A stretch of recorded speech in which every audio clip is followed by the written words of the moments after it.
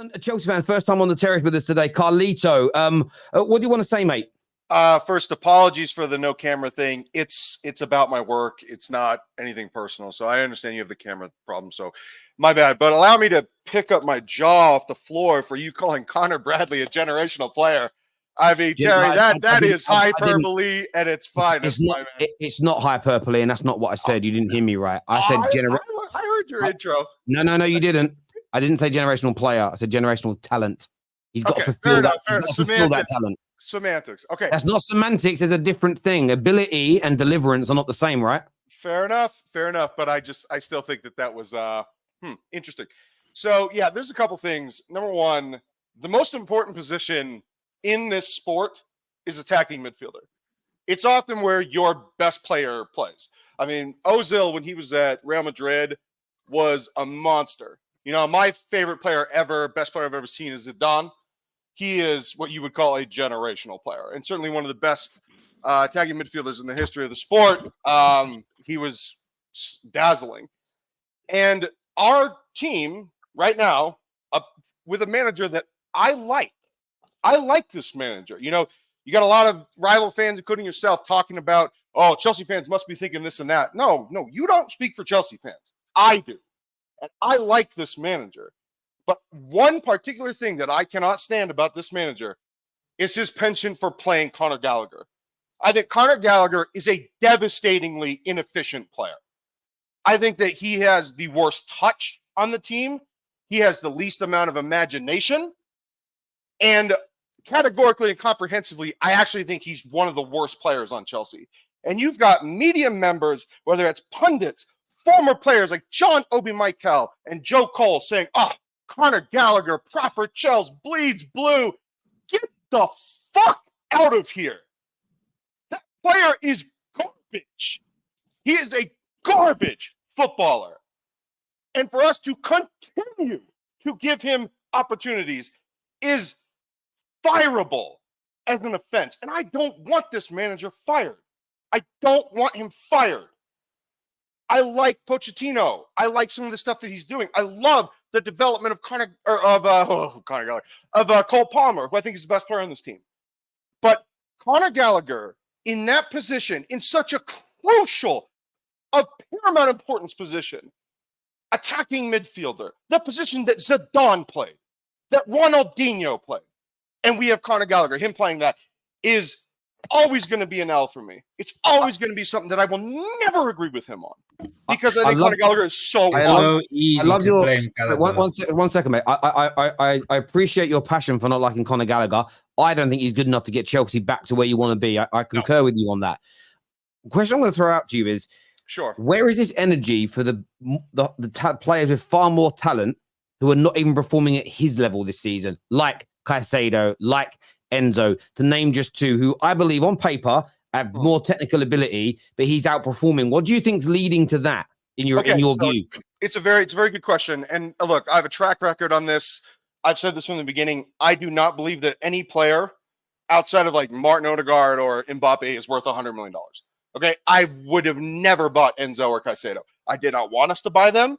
I've said this continuously, and yet at the end of the day, we bought them, and we spent way too much money. We were financially played, okay, because Enzo had a good World Cup, and because Caicedo had a good season under De Zerbi. That apparently they're now a $100 million player. Get the fuck out of here. No, I would have wanted us to buy Edson Alvarez, the Mexican that now plays for West Ham. That's the player that I wanted. These players, not only are they too small and not athletic enough, they're also just not good enough to justify that type of price tag. It's insanity to me that this ownership group was duped into that. It was they were duped. This is where I don't get it, because you can't don't bring up the price tag, because you can't. Of course, I bring up the price tag. You let Bobby Clark, James McConnell boss that midfield. They didn't play last season. I didn't let them do anything. They did that on their own. And yet you're talking about who you would buy and who the club should have bought. You brought up Conor Gallagher, but you don't have enough energy for the players that you're meant to have energy for. Like Enzo should have squared it across to Cole Palmer. And I don't want to bring up the price tag, because these are players that were highly rated across every single team. I would have loved to have Caicedo or Enzo in my team. But I know that. you're Your having manager so much says it all the energy for time. players that are sort of not quote unquote the scapegoats of the team, but you don't have enough energy for the players that are expected to perform at the highest level. Look. This whole thing of keep the same energy. You guys need new phrases. Okay, Jesus, broaden your horizons, please.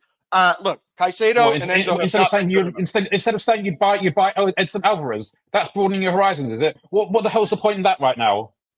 Oh, I think we made a massive mistake.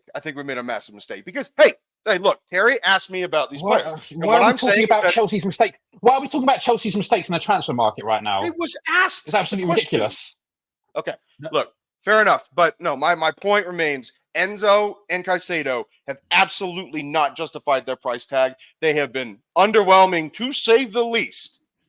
And that's just the start of it. I mean, Levi Colwell also has been underwhelming. Okay, Mudryk, holy shit.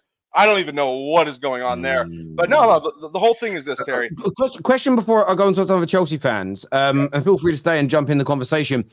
Why are you still back in Poch? Because you've obviously had a big rant about Gallagher, about players that you've wasted money on that he was part of, but you're not turning your back on the manager who is knitting this all together, who made you negative in those last 30 minutes. Okay.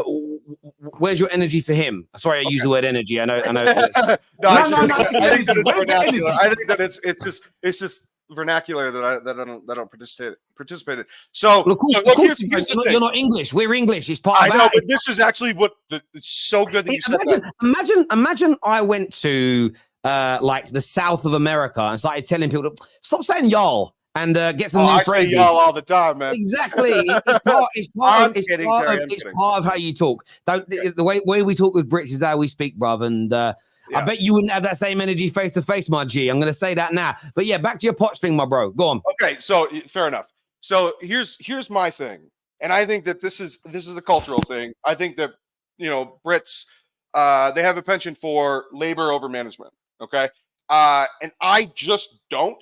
I'm not going to blame the manager for player mistakes, especially individual mistakes like the Enzo thing, which was very embarrassing. Conor Gallagher completely shitting the bed on multiple occasions. Those are easy goals. I am always going to blame the player because the manager doesn't play. Okay, he sets up the team. He says rah stuff at halftime and before the game. Got it. But at the end of the day, it's the players that play the game, and it's the players that either score the goals, get paid, get laid, or make mistakes. So can I ask one question? Hold on. Who told the Chelsea players to sit back at the extra time? Oh, I cannot. See, this is another accusation that I've heard from this panel. I cannot imagine that he said, you know what we should do? We should play passive, and we shouldn't try to score goals. That is an obscene accusation. Carlito, do you want to know why it's not an obscene accusation? Because of history. Because of what we've seen him do in fairly recent history with Chelsea and what we have seen him do with PSG, what we have seen him do with Tottenham. He is a coward, and that was a coward's approach to the last 30 minutes of a game. And whether everybody can see it was an instruction. Everybody that understands football can see that. Now, of course, you're going to disagree, but equally, I want to ask you a question. So Pep Guardiola and Klopp and Sir Alex and Jose Mourinho, then they're not greats then. It's just the players that they had made them great. Is that how you view football? I was the coach. Terry, I was a coach for 12 years. So I can speak on both aspects of this game. So what you're saying is your job is basically irrelevant. No, I would say that a coach has 25% of the responsibility of a performance. I think the rest of it is on the players. I've always thought listen, so would you say if you believe that, that's fair. But I do believe that. That's why I said it. No, I understand that. I said if you believe that's fair. That's me agreeing. That's me saying fair enough. I know, but it doesn't make it true. But I don't want to see you if Poch wins a trophy start bigging him up either. Like we'll just keep. No, I would absolutely say that was on the players. Fair enough. That's how you view it. Alex is here with us. Another Chelsea fan. What went wrong today, Alex? Number one, I only troll the gal because when Chelsea lose, he shows up. When Arsenal lose, he has a kid's duty. That's his exact words. So that's the only reason I brought up the whole situation with kids. But big up to Gal's kid, and that's nothing personal. That's number one. Number two is the game, and the most important is I do not blame for 90 minutes not a single thing that Pochettino did. Not a single thing. Because at the end of the day, you can go with the tactics, what you could go with the tactics. It's a one-off game. I'm blaming Pochettino on us 11 on the table. That's the Pochettino because it's accumulation of fewer games. So that's the number one thing, the problem I have Pochettino. With this game, not a single. We're all cowards. Starts from, what's the name? From our two midfielders. Both of them are bums from the beginning. For some reason, one of them decided to have 5 good minutes. The other one is disappearing at that time. When the second one has a good 5 minutes of the game, Enzo disappears. And they're never in the same balance. Then we go to Palmer. Palmer was the same thing. He has 5 good minutes. Those 5 good minutes not in sync with Jackson. Jackson running around like a chickless guy with the head without the head, whatever, chicken without the head. And that's the whole freaking 90 minutes. We had some kind of intensity at the end of the second half. I thought we can sneak one. Then I do not know what happened in the second half because I wasn't there. If the guy said it, you need to be more conservative. I swear, fire him right in the tunnel, please. Because there's no way you can make those kind of things if you are.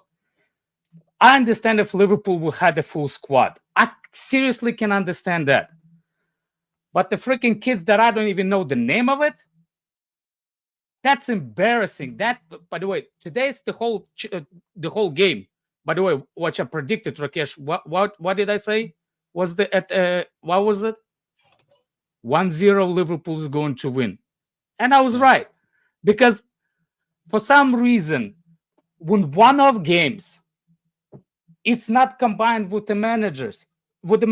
And that's the problem with Chelsea. You have to bring up the spirit of the game in the players. But the players has to take freaking responsibility. Even if he gives you bad instructions, you cannot tell me that the trophy at the end of this game, it's not up to you. Every single player, every one of them, including the goalkeeper, because sometimes he shouldn't kick it out.